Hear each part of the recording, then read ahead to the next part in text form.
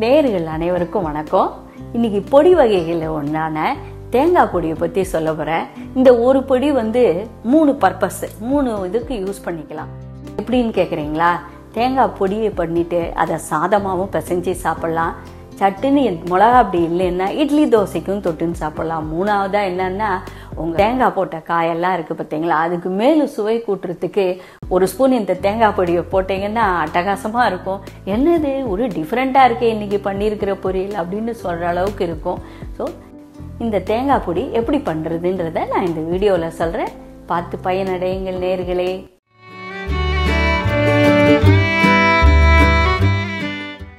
நேயர்கள் அனைவருக்கும் வணக்கம். Welcome to Lal pumpkin channel 1 2 3 once again. நான் இன்னைக்கு ஒரு எளிமையான முறையில் ஒரு பொடி பண்ண போகிறேன்.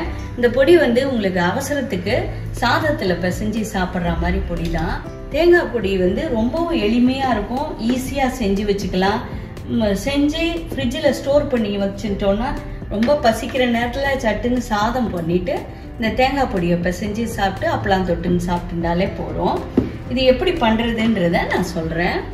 இந்த தேங்காய் பொடியை மேலும் சுவை கூட்டுறதுக்கும் ஒரு இன்க்ரீடியன்ட் சேர்க்க போகிறேன். அது என்னன்றதையும் உங்ககிட்ட சொல்கிறேன். இப்போ பாருங்க, 1 கப் மெஷர்மெண்ட்டு தேங்காய் எடுத்து வச்சுருக்கேன். அதுக்கு சாமான்கள் சேர்த்து வறுக்க போகிறேன். அது என்னென்னன்றத சொல்கிறேன். ஃபஸ்ட்டு உளுந்து எடுத்துட்டுருக்கேன். இதை மாதிரி நல்ல டேபிள் ஸ்பூனால் நல்ல 2 ஸ்பூன் உளுந்து எடுத்துட்டுருக்கேன். அந்த கப்பு குவான்டிட்டி மெஷர்மெண்ட்டுக்கு தகுந்த மாதிரி. அதே மாதிரி 2 ஸ்பூன் கடலைப்பருப்பு எடுத்து வச்சுருக்கேன். இதுக்கு தேவையான காரத்துக்கு தேவையான மிளகாய். உங்களுக்கு ரொம்ப நல்ல காரம் வேணும்னா மிளகாய் கூட சேர்த்துக்கலாம். நான் இது திட்டமாக போட்டிருக்கேன். இதுவும் நல்ல காரம் இருக்கும். இது குண்டு மிளகான்றதுனால நான் இது ஒரு 8-10 மிளகா போட்டுருக்கேன். நல்லா காரசாரமாக இருக்கும். வரமிளகா இருந்தால் ஒரு 12 மிளகா போட்டுக்கலாம், இல்லை 10 கூட போட்டுக்கலாம். உங்கள் காரத்துக்கு தகுந்த மாதிரி கூட்டவோ குறைவோ பண்ணிக்கலாம். இதுக்கு ஒரு சின்ன நெல்லிக்காய் சைஸு புளி போட்டிருக்கேன். அப்புறம் இதோடு கூட 2 சின்ன கட்டி பெருங்காய சைஸ் கட்டி பெருங்காயம் சேர்க்க போகிறேன். இதில் ஹைலைட்டாக சேர்க்க போகிற இன்னொரு இன்க்ரீடியன்ஸ் என்னன்னு கேட்டிங்கன்னா, வெள்ளை எள்ளு. அது ஒரு டேபிள் ஸ்பூன் எடுத்து போட்டுருக்கேன். ஏன் வெள்ளை எள்ளு போட்டுனா, யூஸ்வலாக தேங்காய் பொடி அரைக்கிறதுக்கு இதை அரைச்சி பண்ணுவாங்க. ஆனால் இதோட கூட இந்த வெள்ளை எள்ளையும் சேர்த்து போட்டிங்கன்னா மேலும் இந்த பொடி ரொம்ப சுவையாக இருக்கும். சப்போஸ் இட்லி பொடி தீர்ந்துருத்துனா கூட இந்த தேங்காய் பொடியை தொட்டுண்டு கூட சாப்பிடலாம். ரொம்ப அருமையாக இருக்கும். இதை ஈவன் ஃபார் பேச்சுலர்ஸ் இதை வீட்டில் செஞ்சு வச்சுட்டா கூட அவ்வளோ ஈஸியாக செஞ்சு முடிக்கலாம். வாங்க இது எப்படி பண்ணுறதுன்னு நான் சொல்லிடுறேன். நேர்களே, நான் இந்த தேங்காய் பொடியை தேங்காய் எண்ணெயிலே பண்ண போகிறேன். அது ஒரு டிஃப்ரெண்ட் டேஸ்ட்டாக இருக்கும். யூஸ்வலாக குக்கிங் ஆயிலில் கூட பண்ணலாம், ஒன்றும் தப்பு இல்லை. நான் தேங்காய் எண்ணெய் வச்சு இதில் பண்ணுறேன். பாருங்க, வறுபடுறதுக்கு தேவையான 2 ஸ்பூன் எண்ணெய் விட்டு வச்சிருக்கேன். வறுபடணும். இந்த பருப்பெல்லாம் வறுக்கிறதுக்கு தேவையானது தான். தேங்காய் எண்ணெய் காஞ்சப்புறம் இந்த கட்டி பெருங்காயத்தை முதல்ல போடுறேன். கட்டி பெருங்காயத்து கூட இந்த புளியை கிள்ளி போட்டு இந்த எண்ணெயிலேயே போடுறேன். ஏன்னா அதுல நல்ல புளி வறுந்துட்டுன்னா ஈஸியா அரைப்படுறதுக்காக இந்த புளியையும் வறுத்துடுறேன் இதுலயே.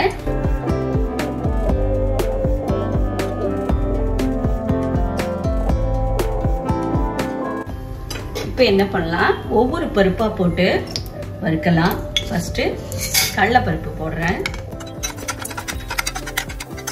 இதில் நம்ம ஒவ்வொரு பருப்பாகவும் போடலாம். கடலைப்பருப்பு பாதி வறுப்பட்டு இருக்கும்போதே உளுந்த பருப்பையும் அதில் சேர்த்து போட்டுடலாம். உளுத்தம் பருப்பு தான், வெள்ளை முழு உளுந்து போட்டிருக்கேன். அரைப்பருப்பு கிடைச்சதுன்னா அரைப்பருப்பில் போடலாம். எது போட்டாலும் டேஸ்ட்டு ஒரு மாதிரி தான் இருக்கும். டேஸ்ட் எதுவும் டிஃபர் ஆகாது.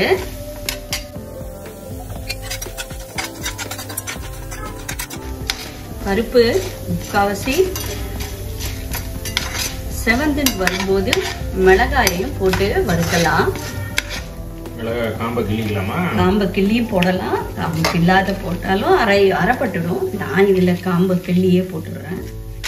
இதோட மிளகாயெல்லாம் ஆட் பண்ணி ஒன்றா சேர்த்து வறுக்க போகிறேன். இந்த தேங்காய் பொடி ரொம்ப நாள் வச்சுக்கிறதுக்கு தேங்காயையும் நல்லா வறுத்துணும். இப்போ பாருங்கள், பருப்பு நல்லா கருகாமல் நல்லா ப்ரௌனிஷாக வந்து போடுவாங்க. இந்த பருப்பு இதெல்லாமும் இந்த தட்டில் எடுத்து வச்சுக்கிறேன். பாருங்கள், நல்லா ப்ரௌனிஷாக வறுத்தாச்சு. இதை தனியாக தட்டில் எடுத்து வச்சுக்கிறேன். பாருங்க, இந்த ப்ரௌனிஷாக இருக்கும்போதே இந்த பருப்பெல்லாம் வறுத்து தனியாக அந்த தட்டிலேயே எடுத்து வச்சுக்கிறேன். அதாவது புளி பெருங்காயம் வச்சுருக்கிற அதே தட்டிலேயே இந்த பருப்பெல்லாம் தனியாக எடுத்து வச்சுடுறேன். இது ஆறின பிறகு தான் அது பண்ணும். இதுக்கு அடுத்து நம்ம தேங்காயை வறுக்கணும். இப்போ இந்த பருப்பெல்லாம் வறுத்து எடுத்தாச்சு. இப்போ நான் தேங்காயை இதில் போட்டு நல்லா வறுத்து எடுக்க போகிறேன். அதாவது எவ்வளோ நல்லா தேங்காயை நல்லா வறுத்து, அதாவது புளியம்பூ கலர் அப்படின்னு சொல்லுவா, அந்த மாதிரி அதுக்கு முன்னாடி கலர் டயத்தில் பதமாக எடுத்துட்டீங்கன்னா நிறைய நாள் தேங்காய் பொடி வந்து ஃப்ரிட்ஜில் வச்சுருந்தோன்னா கெட்டே போகாது. இதை நீங்கள் அப்பப்பவும் ஃப்ரெஷ்ஷாக பண்ணி வச்சுக்கலாம். எப்போல்லாம் உங்களுக்கு டைம் கிடைக்கும் போதெல்லாம் இதை ஃப்ரெஷ்ஷாக பண்ணி வச்சுக்கலாம். இப்போ பாருங்கள், இந்த 1 கப் தேங்காயை அதில் போடுறேன். இதோட கூட கொஞ்சமாக கருவேப்பிலை ஒரு வாசனைக்காக அதில் சேர்க்குறேன். வாசனைக்கு கருவேப்பிலை அதில் சேர்த்து நல்லா வறுத்துக்கலாம். பாருங்கள், தேங்காய் முக்காப்பதம் நல்லா வதங்கின்னு வந்துருந்துருக்கு. நான் இதோட கூடயே தேவையான அளவு உப்பும் அதிலே போட்டு அரைச்சிக்க போகிறேன். அதனால் அதிலே போட்டு வதக்கிக்கலாம். பாருங்க, இந்த அடி ப்ரௌனாக அதுவும் வாசனையாக தான் இருக்கும். அடி ப்ரௌன் ஆகிட்டு வருது பார்த்தீங்களா? அதான் பதம். ரொம்பவும் விட்டிங்கன்னா கருகி போயிடும். எப்பவுமே இந்த தேங்காயில் இருக்கிற இந்த தண்ணி வத்தி சுருங்கின உடனே அப்படின்னு சொல்லுவா.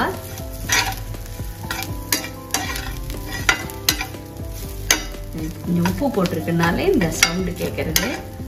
நல்லா வதங்கிடுத்து வறுபட்டுடுத்து. இப்போ இதை வந்து தனியாக தட்டில் எடுத்து வச்சு ஆற வச்சுக்கலாம். பார்த்தீங்களா, இந்த கலர், இந்த ப்ரௌனிஷ் தெரிகிற மாதிரி கலர், இதுதான் இந்த புளியம்பூ கலர் அப்படின்னு சொல்லுவாங்க. ப்ரௌன் கலர்ல வெள்ளை இல்லை வறுத்துக்கலாம். நான் மறந்துட்டேன், பரவாயில்ல. இந்த சூட்டில் எண்ணெய் விடாமல் எள்ளை வந்து இப்படி வறுத்தீங்கன்னா படப்படன்னு வெடிச்சுட்டு வரும். இந்த பொடியோட இதை சேர்த்து போட்டீங்கன்னா ஒரு அல்டிமேட் டேஸ்ட் இருக்கும். நல்லா சுவையா இருக்கும் ரொம்ப. இந்த மாதிரி இதை நீங்க இந்த மெத்தட்லயே செஞ்சு பாருங்க. ட்ரையா தான் வறுக்கணும், எண்ணெய் வேண்டாம். இது நல்லா ஆறின அப்புறம் மிக்சியில போட்டு நல்லா அரைச்சி ஏர்டைட் கண்டெய்னர்ல போட்டு வச்சுக்கலாம். சுவையான தேங்காய் பொடி ரெடி ஆகிட்டே வருது. எள்ளு வந்து வெடிக்க ஆரம்பிக்கிறது.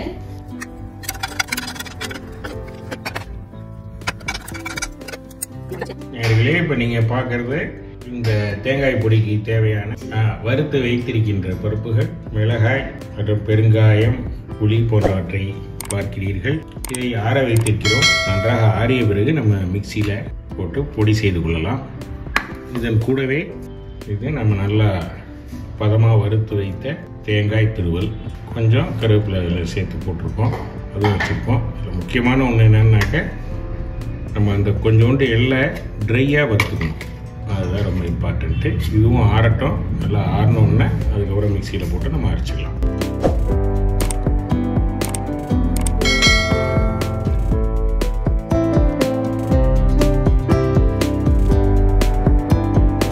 இப்போ பாருங்க நேயர்களே, இப்போ நல்லா ஆறிடுது.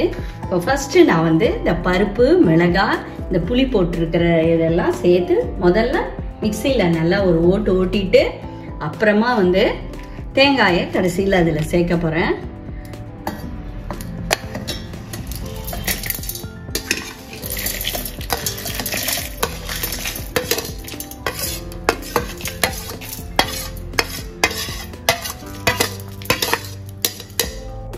பருப்பை மிக்சியில் 2 ஓட்டு ஓட்டிட்டேன். இப்போ தேங்காயும் அதோட ஒண்ணா சேர்த்து நல்லா அரைக்கலாம்.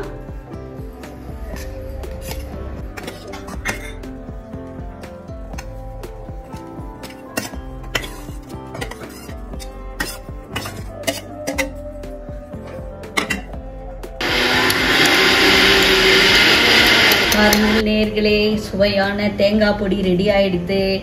அழகா சூடு சாத்துல நல்லெண்ணெய் விட்டு போட்டு பிசைஞ்சு சாப்பிடலாம், இல்லை இட்லிக்கு தொட்டு சாப்பிடலாம். ரொம்ப டேஸ்டா இருக்கும். நீங்களும் நான் சொன்ன மெத்தட் படியே இதே மாதிரியே செஞ்சு பார்த்துட்டு உங்களோட கமெண்ட்ஸை சொல்லுங்க, லைக் பண்ணுங்க, ஷேர் பண்ணுங்க. மறக்காம நம்மளோட சேனல் லால்பம் கேன் 123. வணக்கம் நேயர்களே, நன்றி. மேலும் இந்த தேங்காய் பொடியினை நீங்கள் தயிர் சாதம் சாப்பிடும் பொழுது அதற்கு தொட்டுக்கொள்வதற்கும் பயன்படுத்தலாம். சில பொரியல் வகைகள் செய்யும் பொழுது அதை சுவை கூட்டுவதற்காக இந்த பொடியை சேர்த்தும் நீங்கள் செய்யலாம் என்பதை கூறிக்கொண்டு, அனைவரும் சப்ஸ்கிரைப் செய்யுங்கள் என்று வேண்டுகோள் விடுத்து உங்கள் கருத்துக்களை கூறுங்கள் என்று கூறி விடைபெறுகிறேன். நன்றி, வணக்கம்.